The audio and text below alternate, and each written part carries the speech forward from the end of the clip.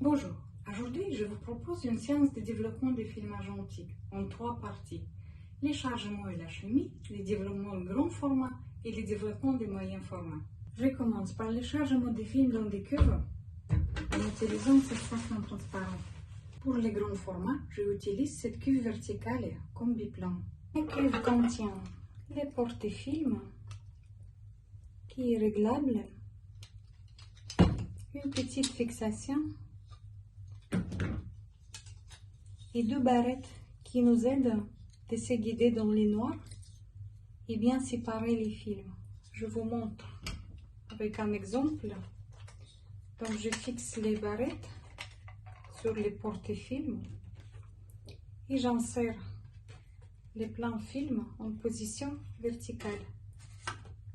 Et j'enlève les barrettes et je fixe les films. Ces porte-films permettent de développer 6 plans films, également 6 plaques de verre. Le remplissage se fait par les couvercles et la vidange par les bas de la cuve. Je vais charger la cuve. Dans les sacs, il est important de mettre tout correctement, en manière accessible.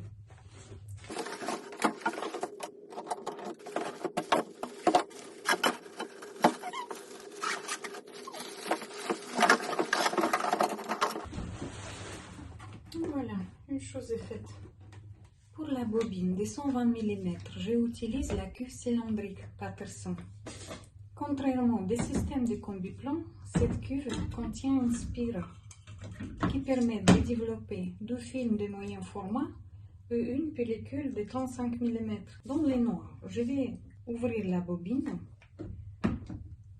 et je vais la filer simplement à l'intérieur de cette spire. Et la fait avancer par cette manière. C'est assez simple et il faut juste s'habituer. Un conseil, si les films bloqués à l'intérieur n'avancent plus, ne les forcez pas.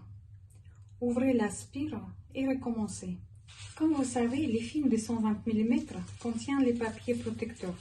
Attention, dans les noirs bien séparés, il n'a pas chargé ensemble avec les films sur cette spire. C'est grâce à ces couvercles qu'on s'est développé pendant la lumière du jour. Cette cuve a le système de remplissage et de la vidange différent de celui-ci des combi-plans. Le remplissage et la vidange se fait par le centre du couvercle.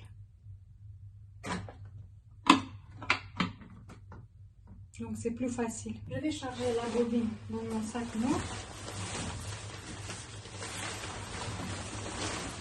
Je vais mettre tout à l'intérieur.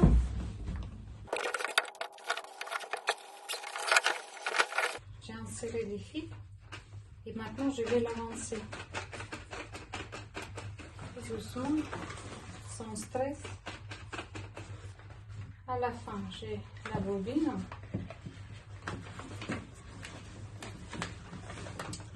Et les papiers protecteurs qui est collé sur les films. Donc il faut enlever tout doucement et aussi enlever les papiers collants. Voilà les films bien chargés. Je contrôle encore une fois. Je viens oublier. Et je sors. J'ouvre les sacs. Et je sors la cuve. Pour les 2 points. Voilà les papiers. Avec la bobine vide. Et vous voyez ici, les films étaient collés avec ces papiers collants. Donc attention, il faut tout enlever.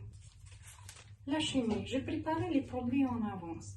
J'ai une feuille avec mes recettes pour le développement du film et le développement du papier. Cela permet de gagner le temps. Sinon, les modes d'emploi collés sur chaque bouteille de produit, par exemple. Et puis, je note sur chaque bouteille le nombre de produits et la date de préparation. Aujourd'hui, je vais développer avec le révélateur code D76. Ici, je l'arrête et le fixateur.